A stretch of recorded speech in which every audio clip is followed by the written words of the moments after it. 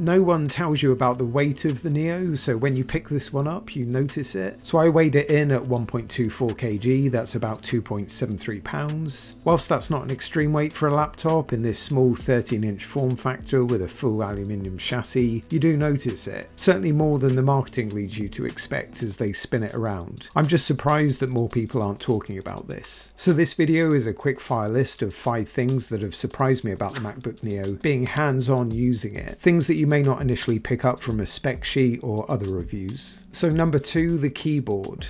So the keys to me don't feel amazing to type on. Maybe my expectation was too high. So looking more closely, it might be to do with the slight tilt to the keys, but I think this is actually a byproduct of the design that allows the keys to be individually replaced, so I imagine the tension underneath the keys isn't as tight as it may usually be. Something else on the keyboard I didn't expect, ordering a UK layout and seeing the @ symbol on the 2 key. So I thought that was purely a US keyboard thing, but apparently not. 3, the aluminium body is great, but be aware it actually makes the Neo quite slippery when you pick it up quickly. The support feet on the bottom are decent, but they're there rather than a full support bar, which sometimes helps you with grip with a laptop if you pick it up quickly. So having that high quality outer body might actually be a double-edged sword if you put it to the test with a drop or two. Number 4, there's no LED charge light. So I'm used to having a battery charge LED on my Chromebooks and on my laptop, and I just expected to see the same on the Neo to give some indication of the battery's charge state when I plugged it in, but that's not the case. Battery life is excellent, but I still appreciate knowing the charge status when it's plugged in. 5, macOS itself. So this probably warrants a separate video, but coming from a mainly Chrome OS and Windows background, it's definitely been a learning curve. If you do want to see a separate video on that, or 5 things that have impressed me about the Neo, drop a comment and subscribe. If you're thinking of buying the Neo for general use, do definitely check out the video on the left of your screen now. It's from my Chromebook channel, and it's the Chromebook Plus model you should definitely compare against the Neo.